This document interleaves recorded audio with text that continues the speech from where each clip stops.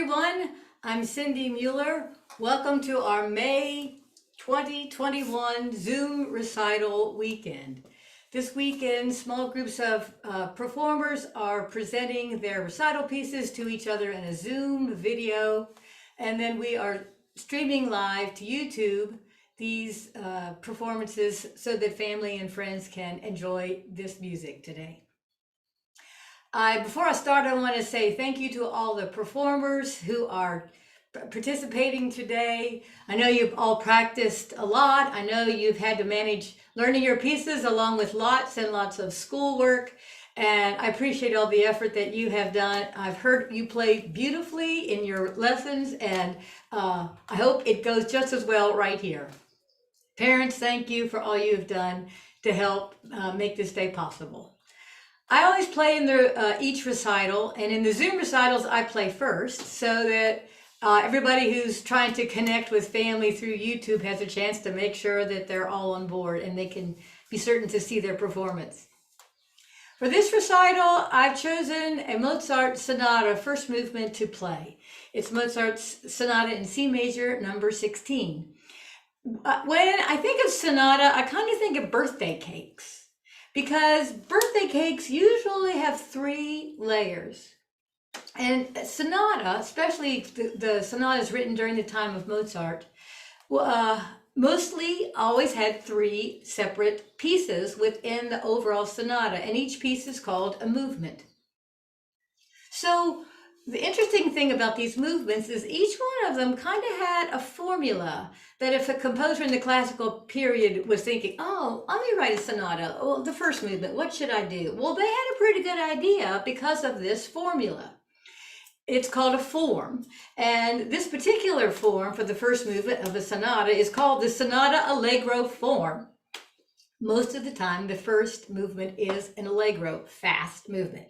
So the first thing was that the beginning of the sonata, the first part called the exposition, that little rule said you have to have 2 themes.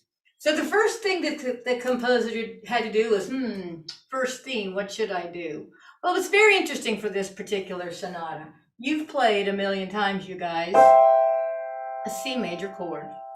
Well, he had the idea, let me just take that chord and start a melody with the bottom note, the middle note, the top note, and he came up with this melody, which is his first theme.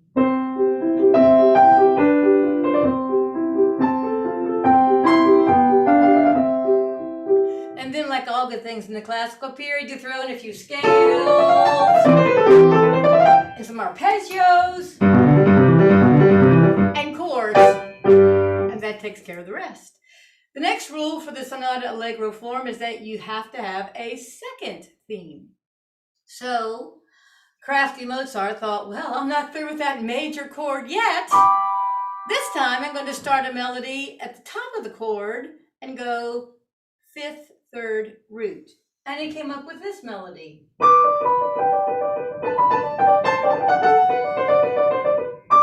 So that was his 2 themes for the first part of his Sonata Allegro movement.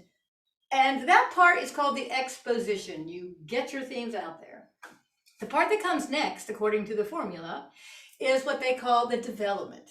So in that part, it's kind of like anything that came across in the music of the exposition is fair game. You just toss it in. It's kind of like a toss salad. Let's mix everything and see how interesting we can make this part of the movement. So in Mozart's case, he said, let's go minor. So when you hear that, you know we're in the development. He throws in some more scales. He does a cool thing right here where his hands talk to one another. Right hand, left hand.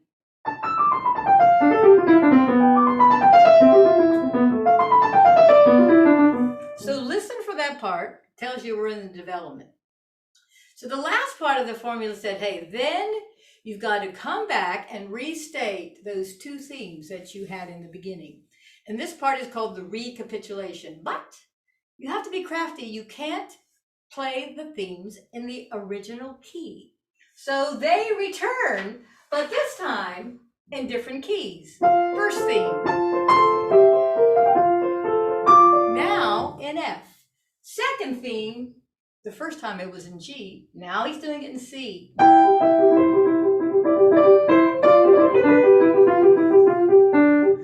So that kind of gives you a bit of an insight into these formulas that classical composers use to create their pieces. So you kind of are a musical detective. As I play, see if you can notice when these things, according to the formula, happen.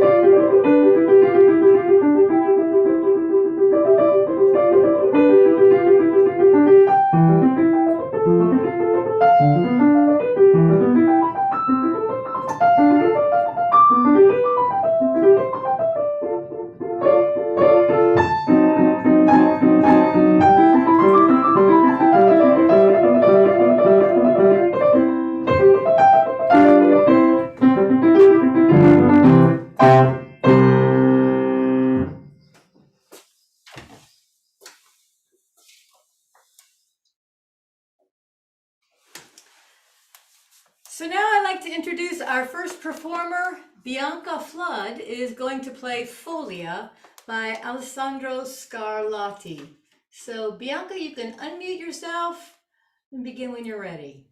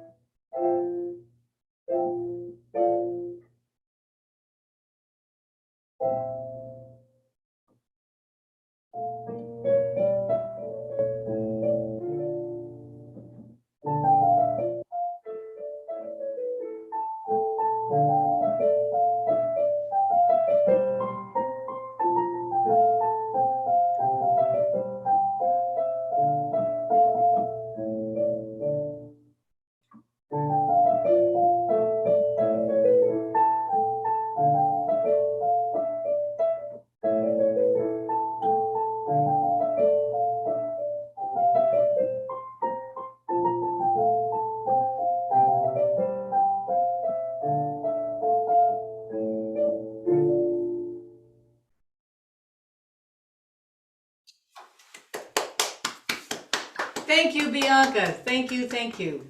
Good job. I'm going to introduce our next performer.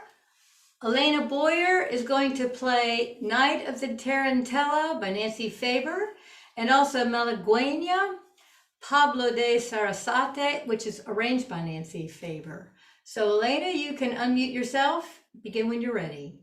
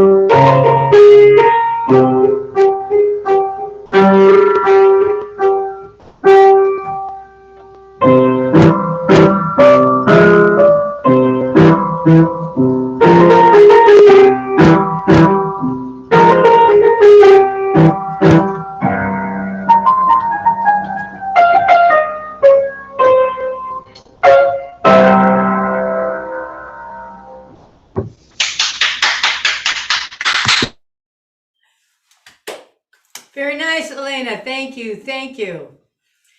So our next performer is Soohyoun Ahn, and Sue is going to play Sonatina in G major, Opus 36, number 2 by Muzio Clementi. And she is playing the first movement. And you'll notice Sonatina is very similar to Sonata. And Sonatina just means a somewhat shorter version. One theme instead of two, some things like that. But you can still be musical detective and see if you can hear the exposition, the development, and the recapitulation as Sue plays. All right, Sue, when you're ready, unmute yourself and play.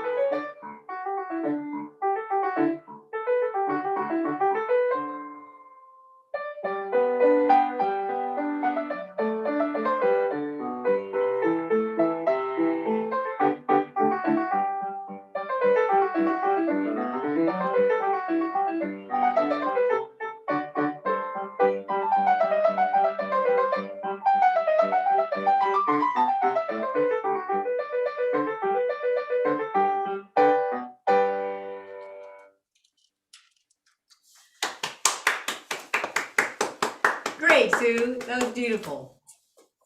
So, for our next treat, Sue is going to be joined by her daughter Grace Yoon, and they're going to play a duet, hiking song by Robert Vandall.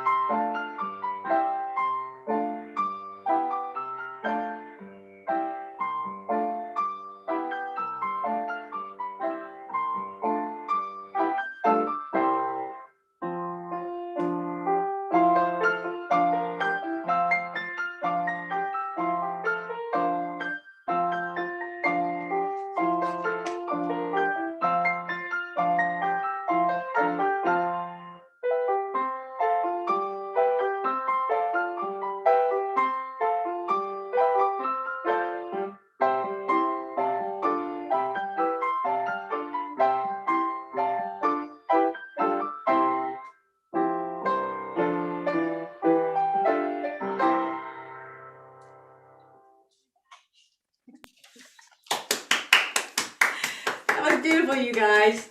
So I have to do a shout out to my mom, who I think is watching in Greensboro, North Carolina. Mom, remember when you and I spent Sunday afternoons playing duets? That kind of reminds me of us. So Grace is now going to play a solo Vivace by Ferdinando Carulli, which is arranged by Nancy Faber. Grace, when you're ready.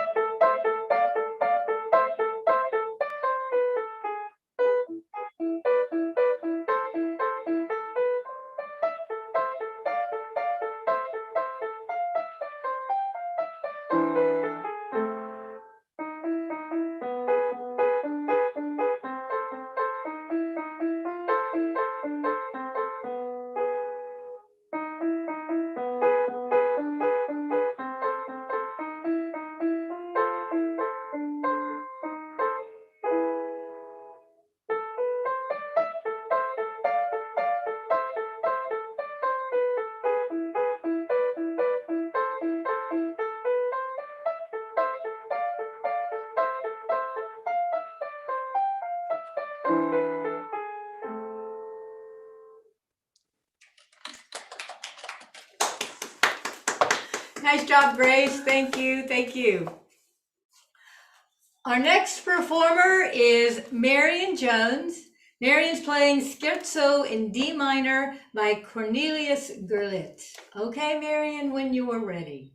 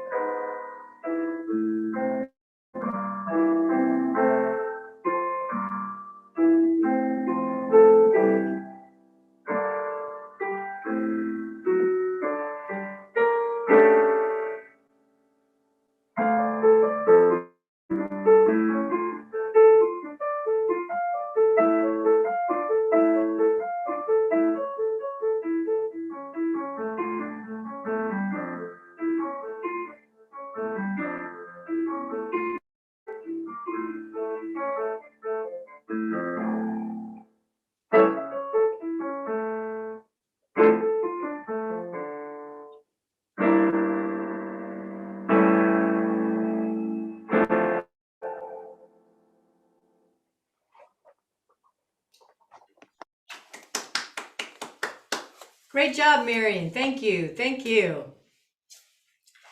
Our next performer, Adam Levi, is going to play two pieces. The first one, The Gathering Storm by Valerie Roth-Roebus, and the second, Bandit Radio, is from a game, the Stalker game, Clear Sky. Adam, I hope I'm doing this correctly. We think it was composed by Vladimir Fry and Alexei Olmachuk. And Adam has arranged this for piano.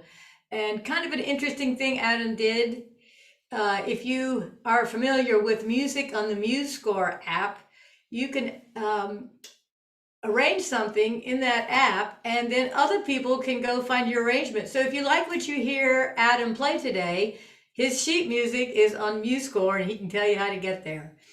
Okay, Adam, when you're ready, we look forward to hearing you play.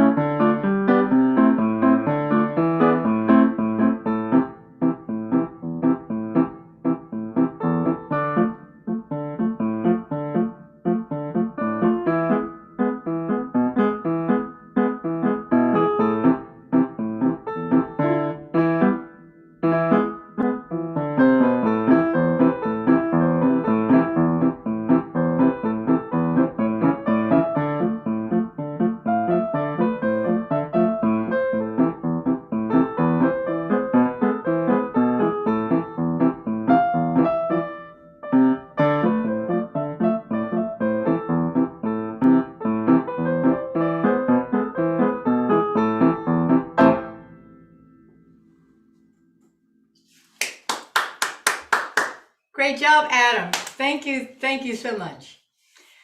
So that concludes this segment of the weekend recital Zooms.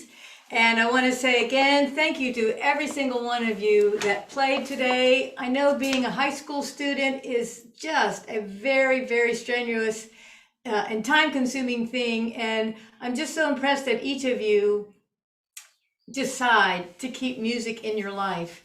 And also remember, the longer we play, the harder the music gets. And it's just practically impossible. Speaking from experience, it's practically impossible to play it perfectly every time. I heard every single one of you play your pieces perfectly in your lesson for me. And I know there were things that surprised me in my playing today. So we just accept that that's okay, because the real thing that is important about music is that we just keep it in our lives. If it gets challenging, we just stay with it and we keep it in our lives because it brings us joy. And on days like this, a tiny bit of anxiety, we know.